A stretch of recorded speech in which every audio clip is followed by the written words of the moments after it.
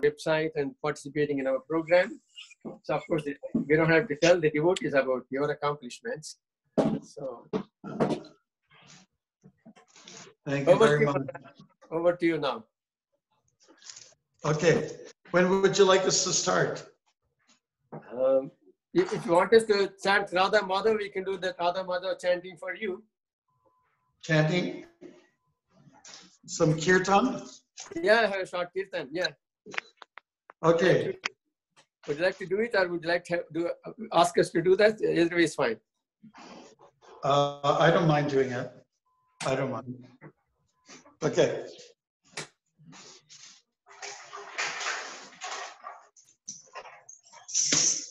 Thank you. I just came from a walk, believe it or not. I just finished saying that you are known as a walking monk around all over ISKCON, and then I was trying to turn it over to you, and I got the news that you are on walk. So I said, you proved the point that you are a walking monk. Right, right. Yes, we were just walking in a nice neighborhood. I don't know if you remember, there was a folk singer, very famous, still is, Gordon Lightfoot. So we spent a little time in front of his house. Of course, it's a beautiful place. Anyways, thank you for welcoming me to your Zoomy Boomy program. We're looking forward to the next few minutes with you and to discuss Krishna consciousness. And on the particular topic, I believe the thrust was trust, if I'm not mistaken. So I see some of you, I know most of you, I see mothers and children, and I see deities, Gauranitai, and everything looks really good.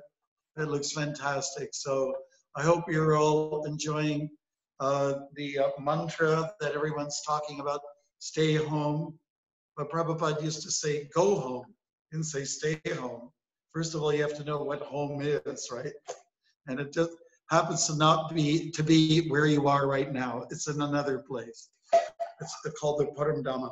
So anyways, I'm here. I'm going to play Mridanga. I'm not very good, like people like Krishna Dulal and others, but I'll do the best I can. I've got a Tarzan beat down pretty good. I've got Karada with me, who always helps me technically to be set up, and here's the smiling face, okay? All right, Hare Krishna. So, Haribol Srila Prabhupada Ki Jai.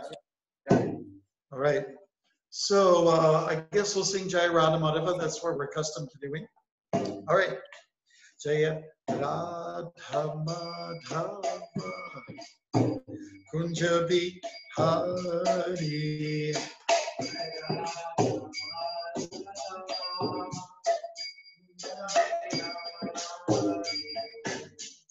Can you all hear okay? And have you muted or unmuted yourself?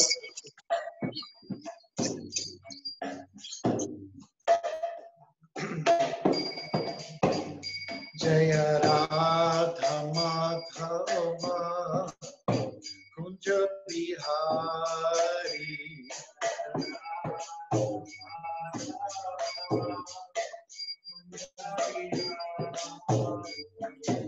Gopi Janna Vallabha Girvaradhari.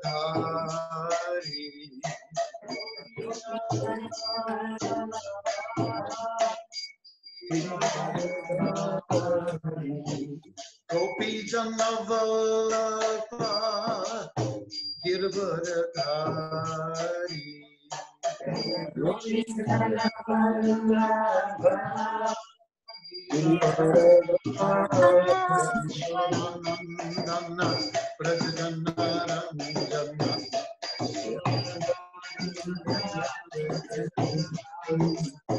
Yashodanandana Prajanarandana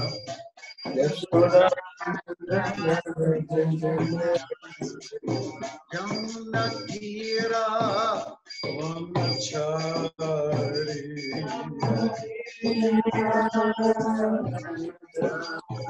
Yamuna Tira Vamachari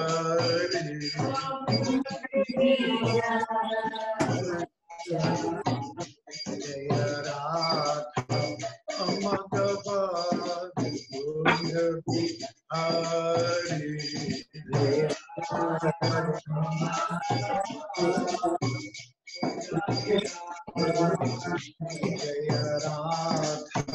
Amadava Gunjabi Hari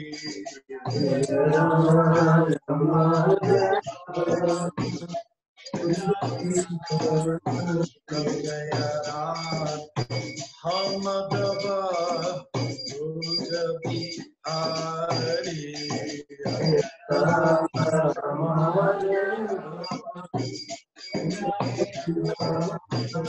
Jaya Radha Madhava Kunj Bihari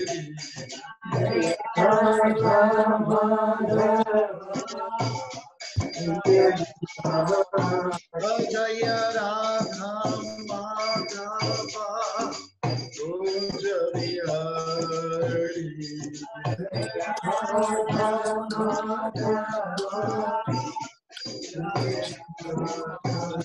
Jaya Radha Amadhava Kunj Bihari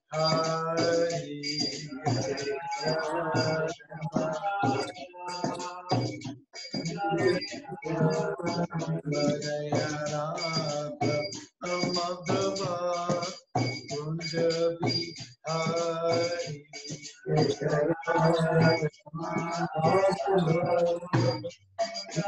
Bihari Jai Om Vishnupadi Paramahamsa Pariparaji Charya Sattva Sattva Sisivat His Divine Grace A.C. Bhaktivedanta Swami Prabhupada Ki Srimad Bhagavad Gita Ki Samaveda Bhaktivinoda Ki. All glories to the assembled devotees. All glories to the assembled devotees. All glories to Shri Guru and Shri Gauranga. Namo Vishnupadaya Srimate Bhakti Vedanta Swamini Dinamine Namaste Saraswati Devi Gauravani Pracharine Nirvishesha Srinyavadi Ascharya Deshatarine. Hare Krishna. Thank you very much, Corrado, for playing for us and everyone responding very nicely. I hope everyone's doing good. Is everyone safe? Yes, Maharaj. Everyone's safe and sound? Beautiful. Great. I'm recognizing some of you.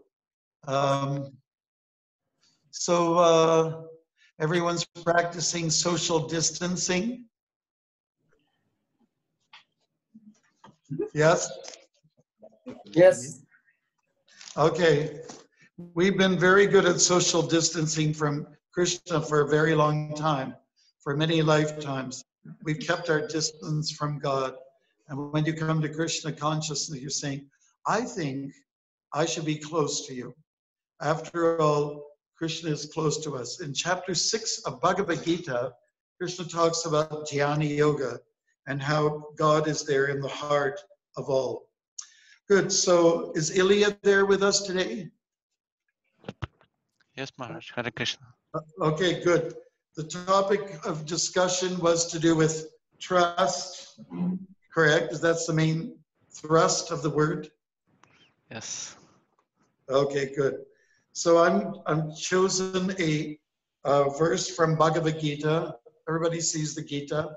I almost feel like I'm going to merge into it. The color is the same, right? Okay. There's Krishna and Arjuna. Beautiful cover. So getting right to the early part, chapter 2, contents of the Gita summarized. We have a famous verse, which is a turning point for Arjuna.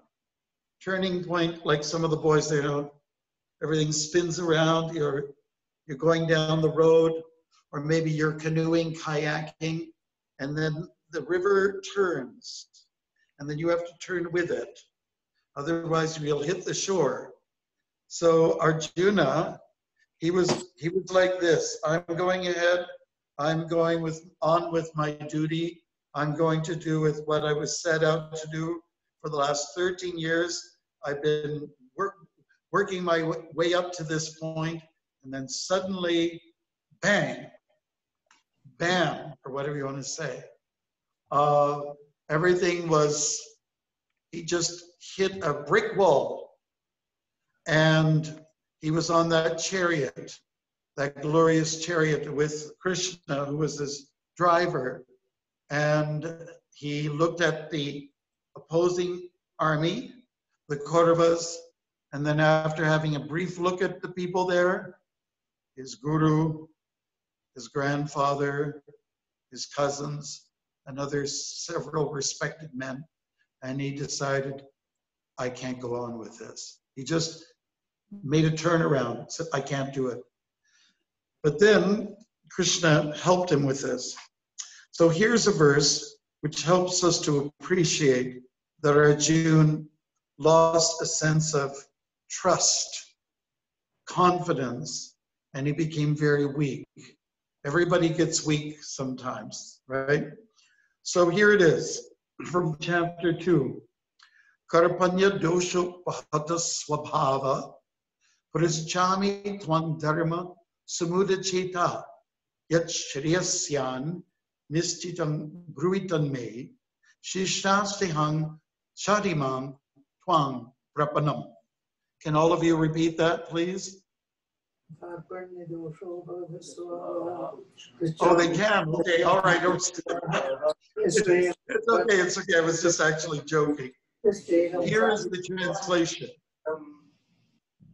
Now I am confused about my duty, and I've lost all composure because of my earthly weakness. In this condition, I am asking you to tell me for certain what is best for me. Now I am your disciple, and the scroll to you. Please instruct me. In the purport, Prabhupada says, and I'll read a little bit. By nature's own way, the complete system of material activities is a source of perplexity for everyone. In every step, there is perplexity.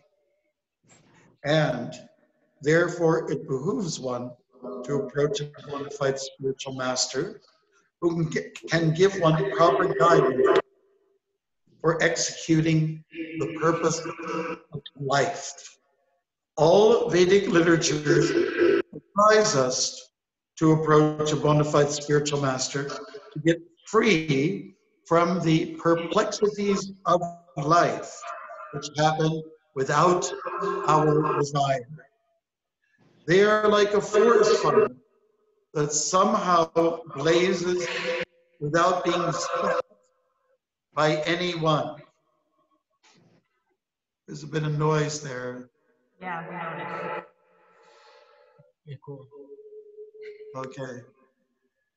Haribol. Hi, Krishna. How are you? Very good. Some of you sound like Martians from outer space. How do we fix that problem? Okay. All right. Similarly, the world situation is such that perplexities of life automatically appear without our wanting such confusion. No one wants fire, and yet it takes place, and we become perplexed. The Vedic wisdom therefore advises that in order to solve the perplexities of life and to understand the science of the solution, one must approach a spiritual master who is in the disciplic succession. A person without a bona fide spiritual master is supposed to know everything. I'm sorry. I hope you caught that. A person with a bona fide spiritual master is supposed to know everything. One should not, therefore, remain in material perplexities, but should approach a spiritual master. This is the purport of this verse. Hare Krishna. So we chose this verse because it deals with perplexities. Prabhupada addresses that or uses that word several times. And perplexities are like another word he uses, almost like a synonym. Reverses, difficulties, frustrations. And because we experience them, we lose confidence and we lose faith and trust. So everybody knows the story of the Titanic. Everybody knows it, kids, little, old, young, frail, strong, whatever. Everyone knows the story of the Titanic. It picked up the final passengers in a place called Cork that was in Ireland, picked up Irish passengers. I had the good fortune to walk there. It was my last steps in Ireland. It took me 2 weeks. And then it made that fateful journey back in April of, when was it? The first decade of the 1900s. And unfortunately, off the coast of Newfoundland, they hit an iceberg, and then many people passed away. Everyone knows the ship, when it was like this, and it went down like that, took many passengers with them. Fortunately, children were spared. Women and children went first on the lifeboats. Now, what was kind of sad about that story is that it was Captain, I believe his name was Smith, and he was overconfident. They believed that boat was invincible. It was the pride and joy of the shipbuilders of that time. It was an absolute monstrosity. It was beautiful, exterior, interior. There were compartments for the very wealthy, well-to-do, compartments for the very simple people, and it had everything you could imagine. There were luxury places, big ballroom. You've seen pictures of it.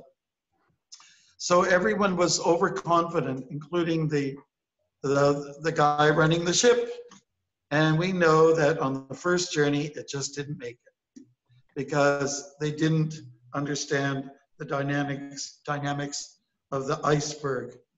That there's a big iceberg like this, and I know from experience walking by Newfoundland, icebergs were floating along in the early week of May, and because from the north, the water starts to warm up around that time, and ice and snow breaks off, and it heads south.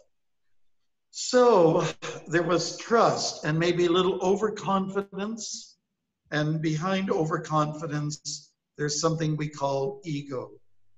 And because of that fateful journey where many people lost their lives, people were a bit frightened about taking that kind of a trip until confidence built up again. There weren't enough lifeboats and so on and so forth. So people lost trust, confidence, and then, as you've heard this saying, once burnt, twice shy. Of course, nobody was burnt on that trip. They were frozen, if anything. But we get shy. So as far as the word trust goes, because of the pandemic situation, many of us have developed a sense of mistrust, or don't get too close to me, 2 meters, 10 feet, whatever, stay away. And I see that people exercise that very well. It's very astounding to see that in our neighborhood where I'm grounded, Rosedale, 4 times the people are out walking than normal. It's almost like a fair, and being that it's sunny, or at least it was a couple of hours ago, and it's Sunday, just everybody's out on the street. Everybody's just out there, and they're experiencing a new phenomenon. It's called walking. They're having a good time with it, and they're playing a very good game of dodging each other and being super polite about, if you see somebody coming If I see an older person or somebody with a walker, I'll make sure I get off the sidewalk so that they can come through. They'll have an easier time that way. So there's a little bit of mistrust built in, but we have many people have also developed trust in the medical system. Some people are skeptical. When I first heard about this, I thought, oh my God, really? Is it that serious? And then we heard about people dying all over the place. And then many devotees were also putting out theories, and they were hearing about from professionals and very influential people like Dr. Shiva, who questions, and he's a very, let's say, persuasive person who allows you to believe in conspiracy theories. And of course, to some degree, our dear Srila Prabhupada was also a conspiracy theorist. He, in regards to the moon mission, or saying things like people who are ruling our planet, there's several Rakshasas who control everything. And I don't question it. And he believed in these radical things, which some people would consider radical, but he didn't get consumed by it. That's the point. He didn't take it so seriously to the point where, you know, you're just constantly transfixed in conspiracy theorism. So anyways, we are encouraged to learn to not trust everything that comes your way, but to trust in God. Perhaps some of you know, I don't know if Lakshmamoni's on board here somewhere, but in the mid-70s, Prabhupada started a political party in America, and it was called In God We Trust. It was a political party, and what is headed by, yes, there she is, Haribol, we're Balavanta Prabhu, who's now a lawyer in Florida.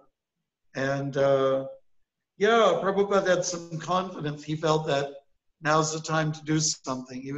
Prabhupada was very progressive. He took chances. He was a risk taker. And so one of his disciples, he trusted that maybe, okay, let's have a political party, and we'll call it In God We Trust Party, which was on one of the American notes. I don't know if it's a $1 note bill or somewhere. So anyways, In God We Trust. So devotees went on with that campaign. There was a little bit of hype amongst the devotees. They were going around, and he was running for the mayor of the city of Atlanta, Georgia.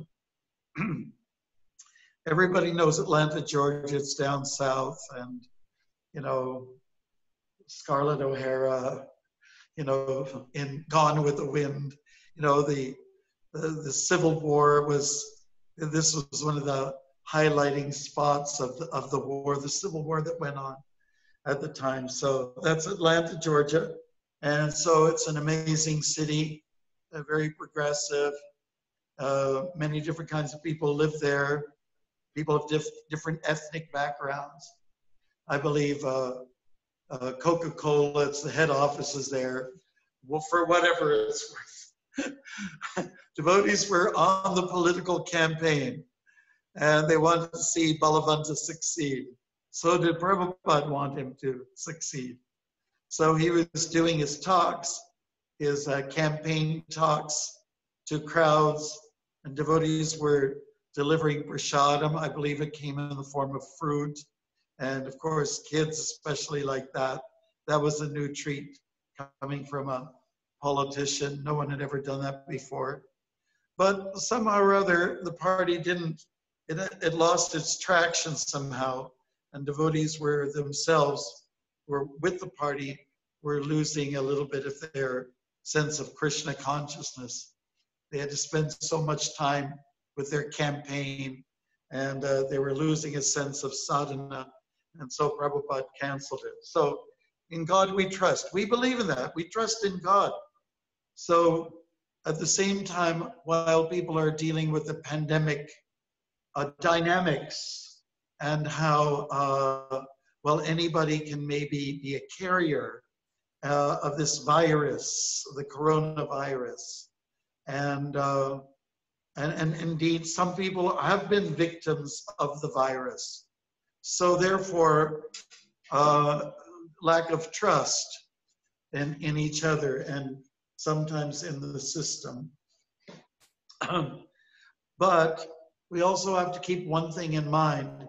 Despite all of your, let's say, endeavors for health protection and overall safety and wellness, if you're destined to go, you're destined to go.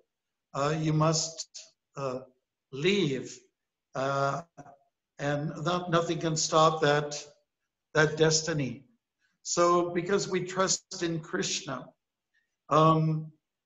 we've heard of devotees who put a lot of trust in something they call Vedic astrology, for instance.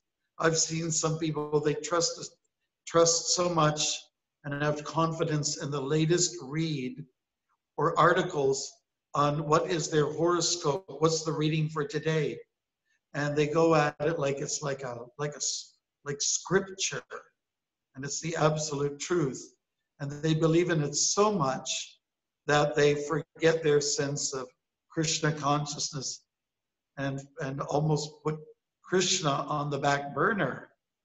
So therefore, it's necessary to revisit Krishna, who gives us guarantees of all sorts and kinds to protect us. For instance, like yesterday, we were giving a class last night to a New Jersey group, and they asked me to speak on Sarvadharman Parityaja Mamekang Sharanang Vraja Ahang Twang Sarvapapevyo Mokshashami Mashucha. So that verse, which is really kind of at the heart of the Gita, science of the Gita, tells us that have trust in Krishna. The verse prior to that, Manmana Bhava Madbhaktu, Madhyaji Mang Namaskuru. Have trust in me, think of me, offer your homage unto me, become my devotee, and then you will come to me. Sarvadharman says the same type of thing. Krishna says that trust in me, surrender to me, give up all varieties of dharma that comes in the shape of different religions or statuses, Brahman, Kshatriya, Vaishya, Shudra. Just surrender to me and I will protect you. So have no fear, Mashucha. Mashucha means don't worry. I'll give you moksha. So this is the idea. So I might have mentioned to you this before. When I was walking across America, I came to a town, Vernal, and it's a place where they found a lot of dinosaurs. It's in the state of Utah, and I just crossed over into the state of Utah, and that town for us was very successful. I got on one radio show, and where they know us very well, and I got a chance to talk for a long time, like live, and to talk about why walking is good and pilgrimage, and I'm able to speak quite openly about Krishna consciousness. And I asked them, well, what kind of music do you play here before I got on? And they said, well, we play country music here. I said, oh, okay, can I do a special request? And then they said, sure, what do you want? I said, well, how about Johnny Cash's Walk the Line? So they played it. So I was interviewed before and after the song. The next day I was at another radio station, and the broadcaster was a girl by the name of Jennifer. And she was very nice. We had a little chit chat before I got on the air. And she was just trying to get my name down. my Sanskrit name, and she did quite well with that. And we talked about the Bhagavad Gita. I showed her a copy, and she said, I have that book. I have that book. And I said, have you read it? Yeah. No, but I will now that I've met you. So then I asked her, so in the station yesterday, they play country western music. And then, so what do you guys play in the station here? Oh, we play pop. I said, oh, Jennifer, let me tell you something. Pop in Sanskrit, the language that we speak, it means sin. And she says, oh, that's very interesting. Pop means sin. Okay, listen, Swami, put on your headphones. We're on the air now. Okay, so we have someone who's very special here today. He's right in the studio, and he's doing this walk across America. He started from Boston, and he's going right to San Francisco, and he came through our town. And we had a nice discussion, and his name is Bhaktimarga Swami. Did I say it right, Swami? He said, yeah. So he's a monk, and we were talking about this language, Sanskrit, and we were talking about the kind of music that we play on air. And I told him that it's pop music. And I said, pop in Sanskrit means sin. So, and anyways, that's why the Swami's here. It's to help us with our sins. So she just had a good laugh. And it was really fun because after I left the studio, I walked across the road and a bunch of motorists were honking, hey, there he is. We just heard him on the radio. There he is. So anyways, Krishna is saying that he'll remove us of pop, sinful reactions, and then he'll give us moksha. And we have trust in those words somehow or other. We have trust in what our predecessors have told us, the great line of teachers, gurus. Some of them were known as Raja Rishis, pious or saintly kings. And they told us we trust in these people. We've been made to trust them. And Krishna states that many, many people in the past have become purified by knowledge of me and have come to me, etc. So these are words that instill hope in us. Okay, other people have been on this path, and if I tread the same path, I'll get the same results. So trust is something that we're born with, and we tend to direct it in certain places. We have to know where to put our attention with this trust. Prabhupada said, trust no future, however pleasant. So he was talking about the material world. Don't really trust it. Don't trust your beauty. Don't trust your strength, even your intelligence. If you have a high IQ level, it may help you get into incredible places. And if you've got good looks, oh yeah, you can establish a career in Hollywood or Bollywood, or people will love you. You can be the supreme model, male or female. You'll get into places, but that beauty will be lost sometime. It will be devoured by time. And so you can't trust that. Chanakya Pandit, one of our great teachers, he said, do not put trust in asat. Asat means that which is temporary. Anything that's temporal, don't trust it. And the reverse to that is trust that which is permanent.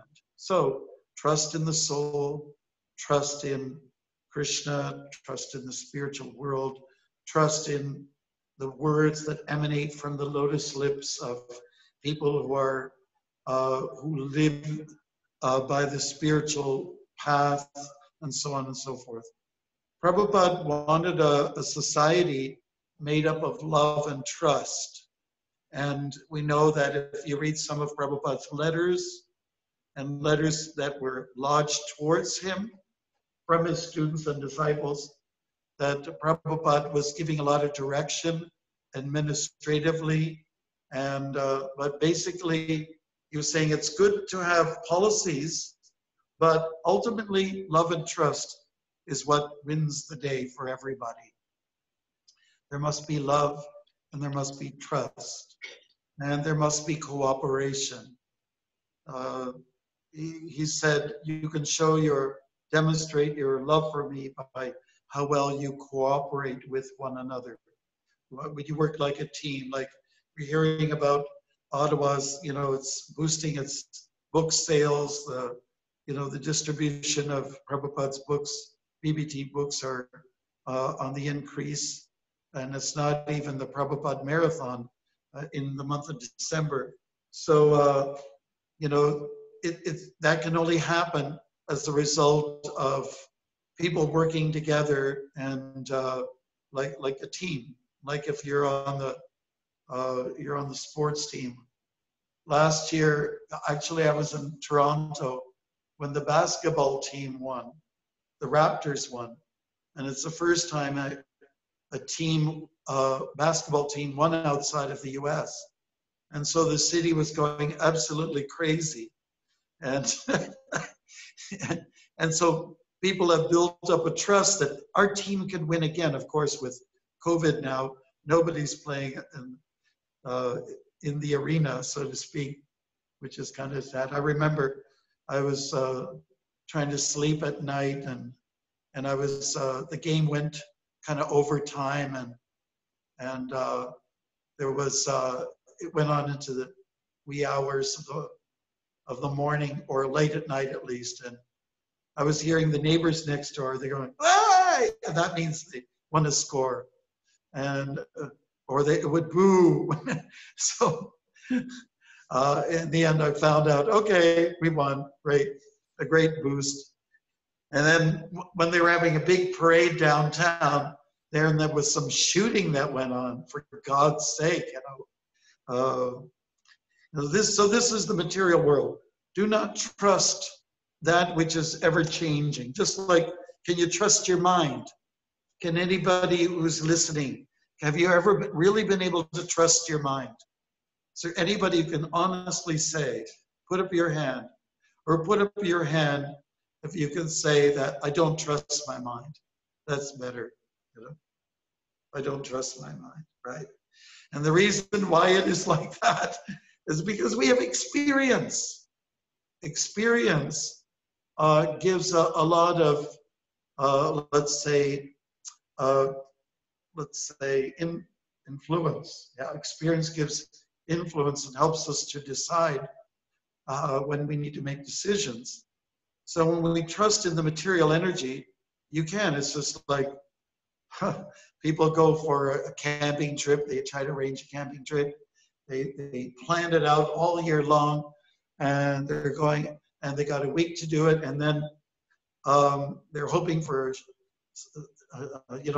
clear skies, beautiful water, kayaking, camping, volleyballing, picnicking, everyone having a good time, and doing kumbaya, singing around the campfire and all these things.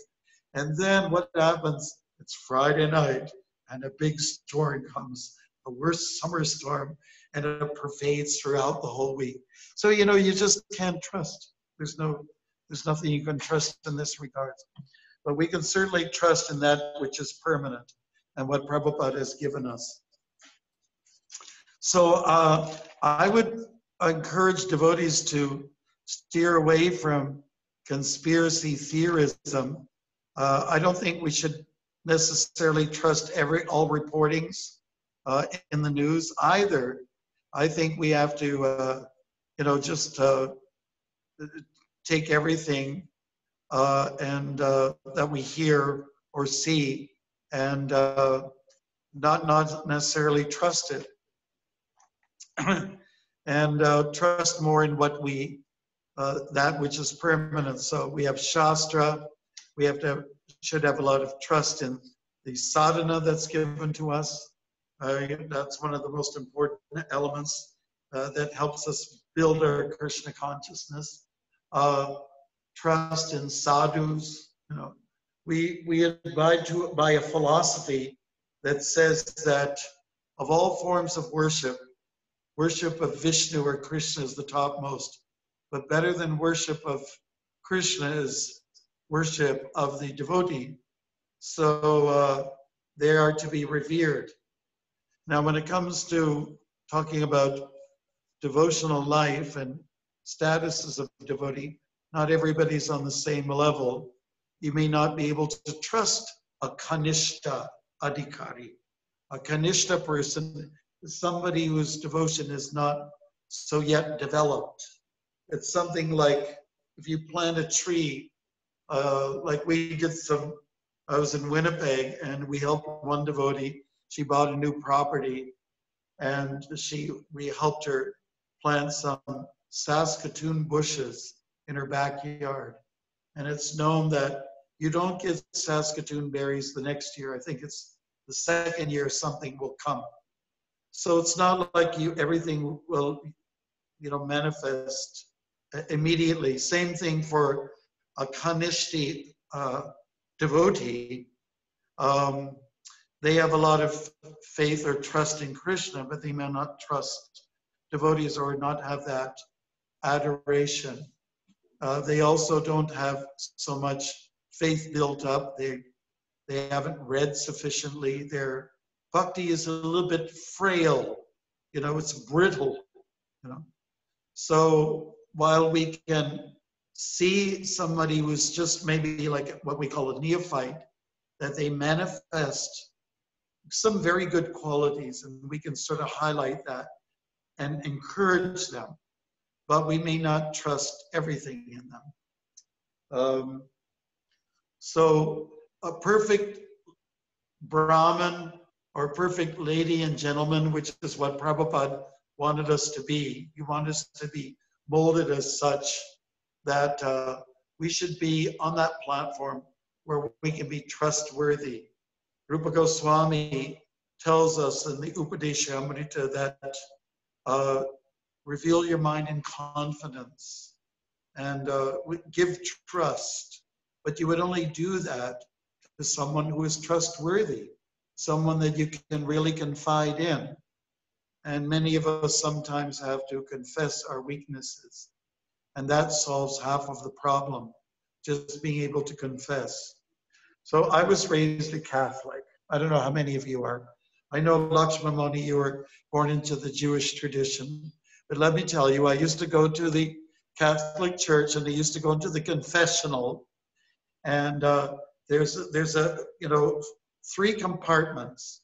And in the middle compartment is where the priest goes in, and it's a dark space, And on either side of him, there's a compartment for the confessional or the confessor. And I remember saying my confession to the priest, and I trusted him. Actually, I did. And I was kind of a good boy. I never did anything really bad. I never stole. So we'd start, our opening lines were like this: "Bless me, Father, for I must sin." And anybody who's there from Poland knows it has been 3 months since my last confession. These are my sins. And then you rhyme off your sins. They're usually all the same. I always had the same sins. I guess they were not cardinal sins or original sins, but they were menial sins. And he would give a penance. He would say, for penance, say 1 Our Father, the Lord's Prayer, and maybe 3 Hail Marys. And that was it. Like, that was the formula. That was the medicine. So the point is, you go in there to deal with your prayaschita, we say in Sanskrit, to get some atonement. And that was the atonement. He would ask you to say some prayers, because that's really big in the Christian tradition. But I trusted in him. And I could open my mind. It was part of our culture, part of our system. And so we need in our society, a number of trustworthy people, Brahmins, whom we can confess to, and then we'll feel much better. It's very therapeutic to be able to do that. And if perchance we have confessed and we hear that someone has leaked out and broken confidentiality, then we will become very shy, and we will become, let's say, I would say our trust is shattered. So some of us really need to build up that interest to help people through their trials and tribulations. And those who teach, who are in the school, you're in a great, strong position to be like that. And I can see some of you are really good teachers. And this is one aspect of human life that really needs to be there. I think it's an incredible healer for human beings, especially, to confide in somebody. And a society that has no one that you can confess to, I think it becomes very dysfunctional, where there's no trust. So let us trust in the Supreme Personality of Godhead. He's given us certain directives. Trust in me. Twice he says in the Bhagavad Gita, love me, trust in me, offer your homage to me, and you will come to me. I promise you this, etc. Krishna's promises bear lots of weight, and so we can build that trust. I'm not sure what time we're at right now because I don't know how to use my device, but can somebody tell me where we are at right now? What time are we on? 6:30. Oh, it's 6:30. So I think I was supposed to end it up at about that particular time. And I'm not sure if I can go over a little bit or whether you even care. But trust me, I don't mind going over a few minutes if you like. We have a few minutes to 6:30. It's a few minutes earlier. Okay, great. Maharaj. So does anybody have any questions whatsoever? What I'd like to say, just bring it full circle to our verse here, is that Arjuna trusted in Krishna, and therefore he opened up. He said, you can see me. See, I can't hold up my bow. I can't stand up. Tears are rolling down my cheeks. Hairs are standing on end. All symptoms of weakness. I'm shivering. I'm trembling. So help me. I see that you are strong. I see that you are firm. I can confide in you. So please help me now. I'm your shishya. I'm your client. I'm your student.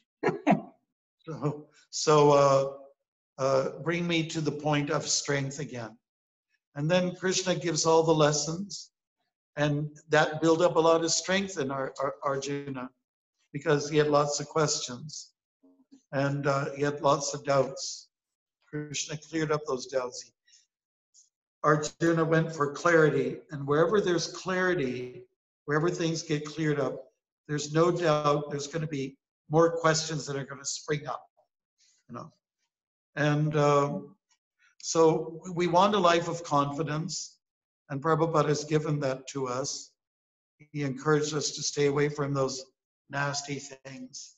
And there's also a saying that clarity will come the more sober you are, and clarity will come the older you are. So don't have any fear about getting older. There's some good things to it all. It's not like an unhappy ending. We might lose our vivaciousness, our beauty, our physical strength, and prowess on many levels. But one thing that's for sure, our heads should become more clear before they totally go. Yes. So have some trust in old age. And may I finish with this? Okay. When I first met devotees, there were 5 of them. They were interesting looking creatures. They were bald with a little tuft of hair at the back. And in those days, everyone had long hair. I had long hair. I even had a beard at that time. And, the devotees had an overnight stay with me where I was going to college in Northern Ontario. And they they were showing me a picture of Prabhupada, and I saw his picture. This is an old man. Okay, I read a little bit about him already before they came in to stay with me overnight. And I saw Prabhupada, he had wrinkles and he's sort of black around the eyes, and there's some hairs coming out of his ears, and lines, crows, what do you call it, crow marks, footprints, and so on like that. I saw a big mouth, like a smiling mouth, and a large eyes, and so on like that. But I saw clearly he was old, and he was, at that time when the pictures were taken, he was in his early 70s, and some of us are almost there. Anyways, and I was a 20-year-old, and I thought, oh my God, I never saw anything much beautiful in elderly people. I respected them, but the devotees said something really amazing to me. They said, we want to be old like him. We want to be old like him. Talking about, we were looking at the image of Prabhupada. And I thought, really? What? I never heard anybody say to me that they want to be old. So I asked for clarification. It says, well, we believe that when we get to that age, we will be very advanced in Krishna consciousness. So this was all new. These were new terminologies for me. Advanced. Like advance was only something you heard about. You get an advance in terms of cash, so you can invest in something. Can I get an advance of whatever so I can purchase blah blah blah. So advanced in Krishna consciousness. Krishna, I understood. Consciousness. Oh, to be aware of Krishna. You can be progressed. You can evolve. You can be mature. It was starting to come to me. Oh, okay. I get it now. I get it. I understand what you're saying. So, all right. I'll buy into that one. By the way, here's a picture of Prabhupada. Can you see that? And this was a picture of Prabhupada in New York after the devotees staged a drama where Krishna kidnaps Rukmini. And Prabhupada liked the play so much, therefore he's clapping, and he's got somewhat of a smile there, So someone gave this booklet to me for my birthday, and I'm putting poetry in here, my own poems. Hare Krishna. So anyways, you have to trust elderly people. They're trustworthy. They've gone through a lot, especially if they're not bitter. There are two kinds of older people I've met along the way. And there are those that are really bitter. They're negative. Everything's wrong. They're sourpusses. And then you meet those upbeat, happy-go-lucky people. Those are the kind of people you can trust. They have something to offer you. And usually a guru is somebody older than you. Usually, and if they're not a guru officially, you do have something to share with you that you can learn from. So look forward to aging. Everybody, Haribol. Trust in it. Any questions? Hare Krishna Maharaj. We have a question here from Montreal devotees. Okay. What are the qualities which make one trustworthy? The qualities that a devotee has that makes one trustworthy. Well, I'd say many. Look at the qualities of divinity, what makes up a divine individual. Look up chapter 16 of Bhagavad Gita and look at verse 1, 2, and 3.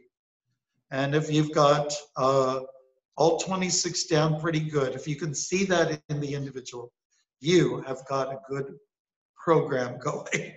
You've got a good boss, let's say. But I would say up there, like rating up there, is that you have to demonstrate control of the senses. Because if you have control of the senses, then there's some level of mind control. Anybody who can abstain from, let's say, the allurements of today, they're doing pretty good. They're doing really good. Anybody who doesn't eat meat, takes substances, doesn't have or casual sex, let's put it that way, and intoxication, we already mentioned that. I feel like I'm in front of the guru and I'm supposed to give my 4 prohibitions, and I forgot. No gambling. Okay. No gambling. So, no gambling. So when we, anybody who follows those, you can guarantee there's some power in those individuals. There's some strength. There's some yogic potency in them. I would say that that's not everything. I would recommend that a trusting person is somebody who should go through some kind of a course, some official or unofficial course, at least go through some seminars with devotees who will teach that trust. These are incredible human skills. It's about the best thing that you're going to find in society. So I think it takes observation too. It takes time to trust in someone. Let's say you take an animal in that's harmed and cannot manage itself in the wilds, and you take him in as a pet, or you feel some compassion for him. Well, it's going to take a little while for that animal to have trust in you. It's going to take some time. First of all, you have to feed him. You might groom him if you can get close to him. In time, he'll develop trust. So it takes time. I was raised on the farm, and my dad would purchase a cow, and for the milk for the family. And sometimes the cows would come from the stockyard very jittery, like this. You get close to them, they go like this, because they were so abused, beaten so much by sticks and not known much love. But my dad was such a good farmer. He was so good with the animals. He would groom them, the cow. And of course, I was the one that would have to milk the cow. And the cow wouldn't always trust. And you'd milk, and you'd squirt the milk from the udder into the bucket. And then the cow would be so nervous sometimes because of what she went through. She would just lift her leg and put a plop right in the middle of the milk. And that was always so frustrating, because then you can't use it anymore. So even if you tie them with ropes, the hind legs, they'll still manage to get out and plop their hoofs right in there. So in time, they would calm down. They would build up trust. So time is an important factor, even when it comes to accepting a guru. You study that guru for a while, the guru studies you, and in time, usually it's recommended, Sanatana Goswami says, in 1 year's time, you can make that, make that deal, close the deal, so to speak. And then it's a relationship that's real. So time is a manifestation of Krishna in this world. And so devotees know how to make best use of time. They're usually on time for spiritual programs like RTs and, classes and so on, right? Shri Keshavi, she knows, the real devotees are always on time, So because they believe in, they trust in that aspect of Krishna. So I hope it helps. Look up 16, verse 1, 2, and 3. Chapter 16, verse 1, 2, and 3 from Bhagavad Gita. Look at those qualities. And if you see somebody who has practically 80% of them, then I think you've got a good bargain. Any other questions? Yes, one more, this time from Ottawa. Harinamamrita Prabhu is asking, how to overcome the ego? Well, you know, sometimes people ask these questions. First of all, let's try to understand theoretically what we're dealing with here. Let's try to understand from a philosophical point, rather. Who are you? Okay, you're not this body. That's easily determined. What are you then? I'm 1/10,000th the size, the tip of a hair, a spark of life. What kind of dimension is that? Well, you're pretty small, aren't you? And you put yourself against the universe. Well, okay, let's deal with reality here. You know, let's look at what's real and not surreal. One way to overcome egotistical tendencies is to perform acts of humility. You know, because getting away from the philosophical end of things or logical end of things, so oftentimes the practical implementation will help us to cultivate these finer qualities in life. So perform acts of humility. A person who's got ego may not like to do humble things, but let's take the lead from Chaitanya Mahaprabhu.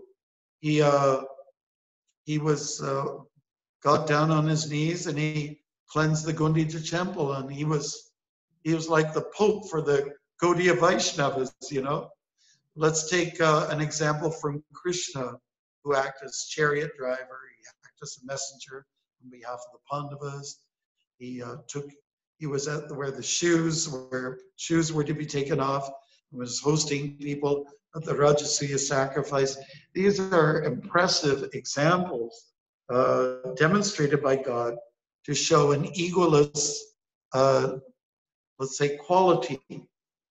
And you know, I think that's practical. I found it really helps to sometimes clean the floor, do the toilet, the public toilet.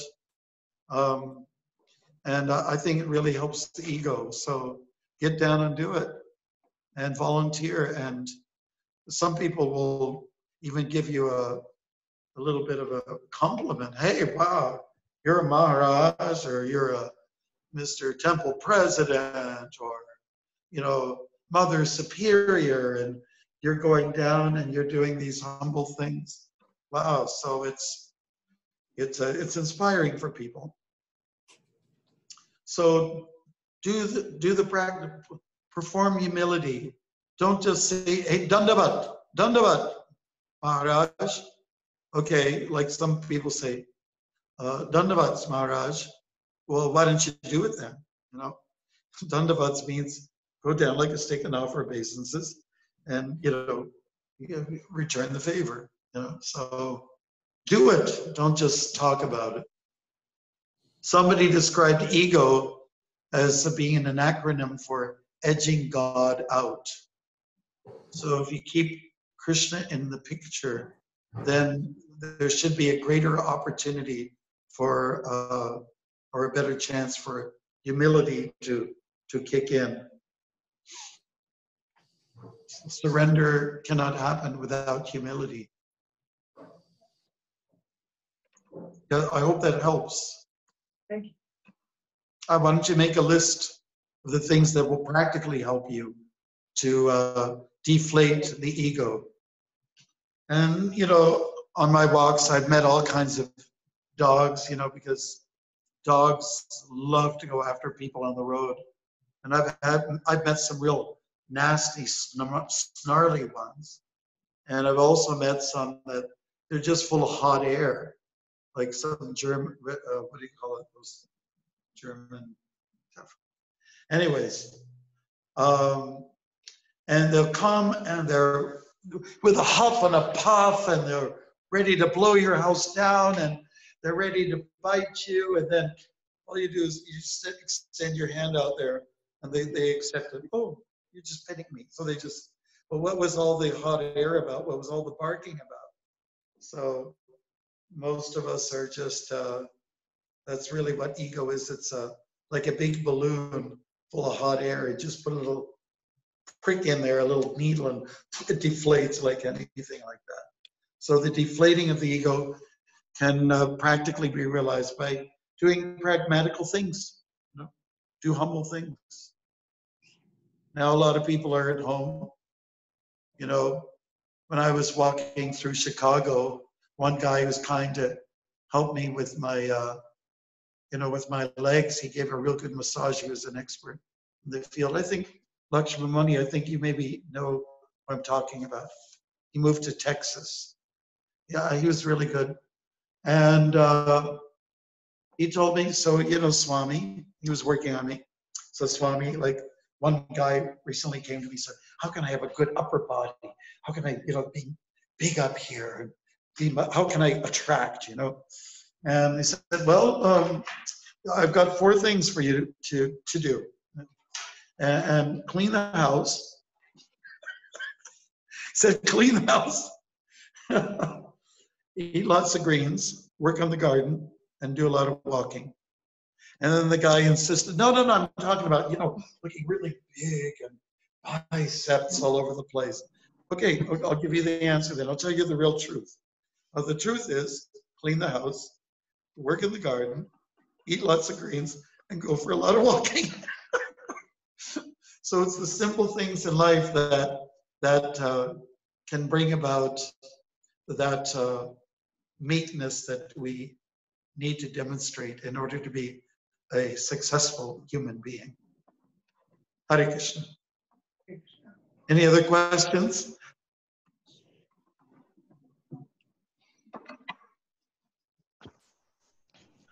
Hare Krishna, Guru Maharaj. Zoya, Montreal. That's Natalia. I just would. No, it's Zoya. Okay, Hare Krishna.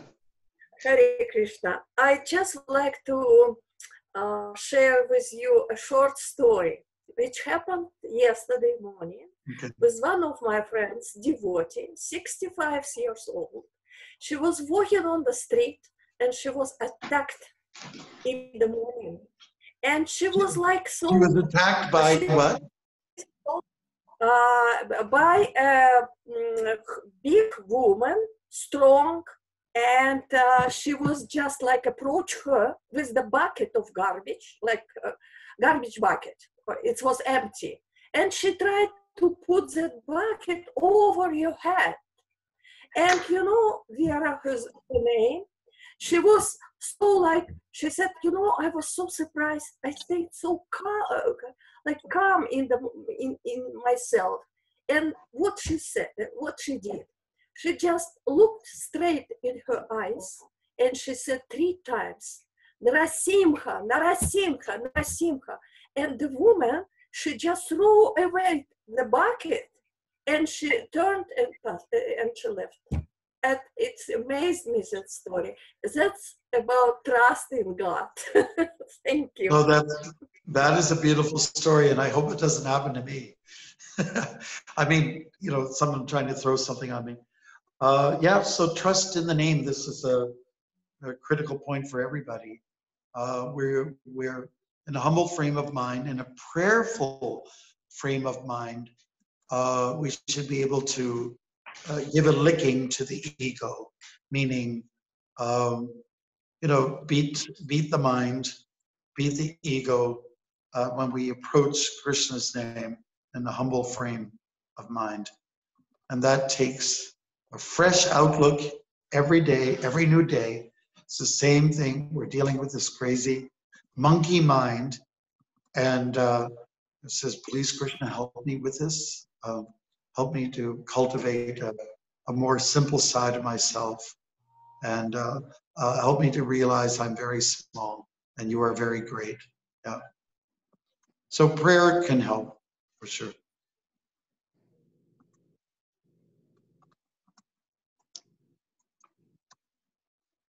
Thank you, Prabhuji. Thank you.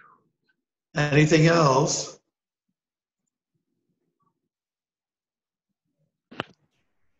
Well, I want to say one thing. I really miss all of you, Prabhus, very much. I wish I could just, you know, I just think I just walk down the road and Highway 7 and I'll be in Ottawa in no time, and then take a kayak and go up the Ottawa River, you know, make my way down to Montreal, and you know, it'd be nice. I was thinking about seriously canoeing across Canada. What do you think? One day. What do you? Anyways, everyone. All right. You know, we must give some, let's say, opportunities for the next generation.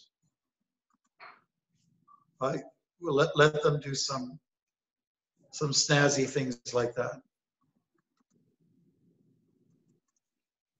So it's really good to be in your presence. I wish we could share prasadam together. I wish we could do a drama together. And Lakshmamani, thank you very much for all that you've done for me. It's not like I'm saying goodbyes forever, just taking the opportunity. Thank you for what you did for me when I first walked through the door. And we had a meal on wax paper that was on the floor. I hope you didn't pick it up. Well, we never were able to, you slid it across. And if it was hot, like, you know, cereal, it would just kind of like leak through. You know, we were so weird. And then the first meal I ever had at the temple on 187 Girard was, I can't remember the food items, but there was a flower. Somebody had a flower on there. And I asked you specifically, do I eat the flower also?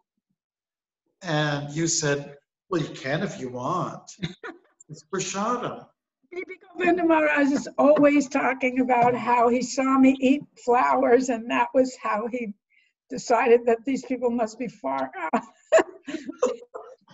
Well, I always wanted to know what flower children were like, flower power was all about, so I got to know that through you.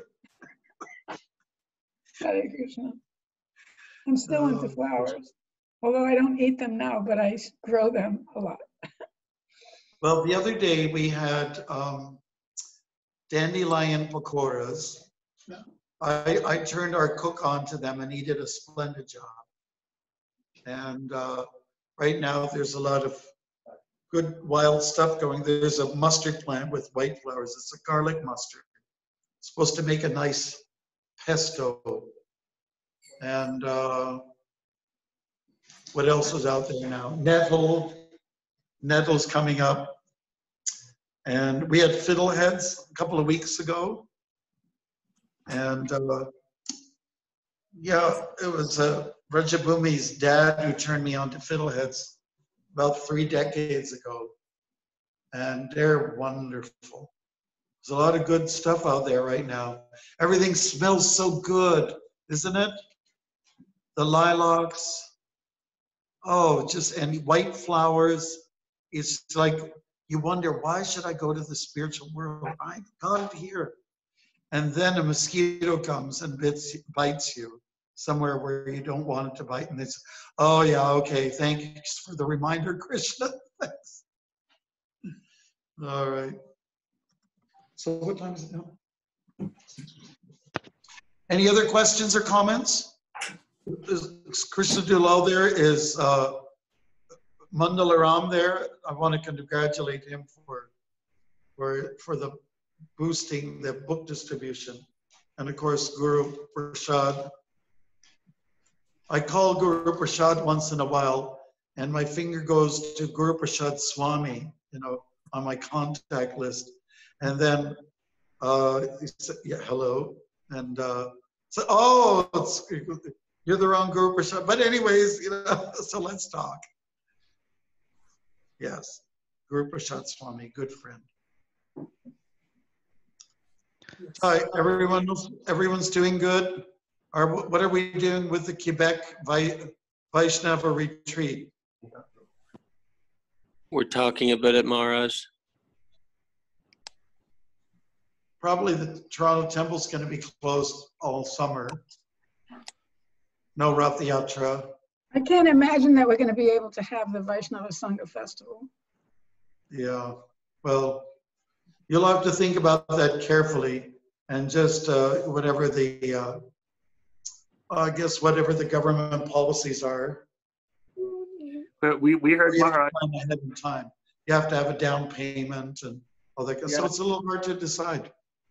I think Maharaj, I think Ilya Prabhu, I was speaking to him, and he mentioned that he heard that it's actually illegal to have programs in Quebec until I think the end of August. So all congregational programs in Quebec, I think, Okay. canceled. Okay, so then we'll have to go to Ontario. Woo! That's foolish. Maharaj, Just cross over the border. Maharaj, would you be able to speak about Bhaktivinoda Thakur Marathon a little bit? Maybe give some devotees some inspiration towards that? Well, the only way I've participated personally in the marathon is to call the temples and say, we've got a good thing going. I see that people are involved in this. They've entered into a new threshold by doing books, through telephone, through calling parties. And I think it's a brilliant idea during this time, and it's working. And I'm astounded. I'm as to what these devotees are doing under the tutelage of Vaisheshika Prabhu. And we've got that incredible couple here, Shyamal Mohini and Radha Mohan. We're doing a phenomenal job. They're so married to it. But Bhaktivinoda Thakur, he's an inspiration. And we're calling it the marathon because we're finishing it on his, what is it, his appearance day or disappearance. So it's an incentive to boost our morale, and it's working for those who are involved. So I've been in touch, I mean, I would say try not to miss the party. Get in on it. Get good results are coming from Milton and of course Ottawa, and I've been in touch with Halifax, and there's a few other places. Vrinda from Winnipeg and I are kind of working on some of these places. So it's just happening. Brampton has really picked up, and I've been in touch also with Montreal. So there's something going on that wasn't there before. Had no one had a vision, had there not been a dream, and like Bhaktivinoda Thakur, who was quite a dreamer himself. He dreamed, I see across the river, across the Jalangi, I see a city, the city of Vaishnavas, and people coming from all over the world, Americans, Russians, people from all over the place, and they're all chanting the glories of Chaitanya Mahaprabhu. So because he was such a visionary, and we all love his songs so much, he demonstrated powerful devotion, a great administrator, promoter of Krishna consciousness through the Namhata, which is kind of like a cell program. That's what I can say in terms of Bhaktivinoda Thakur. Anything that you read about him is so inspiring. And he came from a time when there was British imperialism running the show, and he was quite familiar with Christianity, and wasn't, when he was young, he didn't know that much about his own, let's say, predecessors, the Gaudiya Vaishnava tradition. It was even hard to find a book, a Chaitanya Bhagavat. It's hard to find anything because Krishna consciousness had practically gone underground, had become obscured, so he's credited for bringing this all back into the focus, into the culture of Bengal and abroad. So we give so much credit to him. So if anybody's interested in making some spiritual advancement, get involved in the marathon.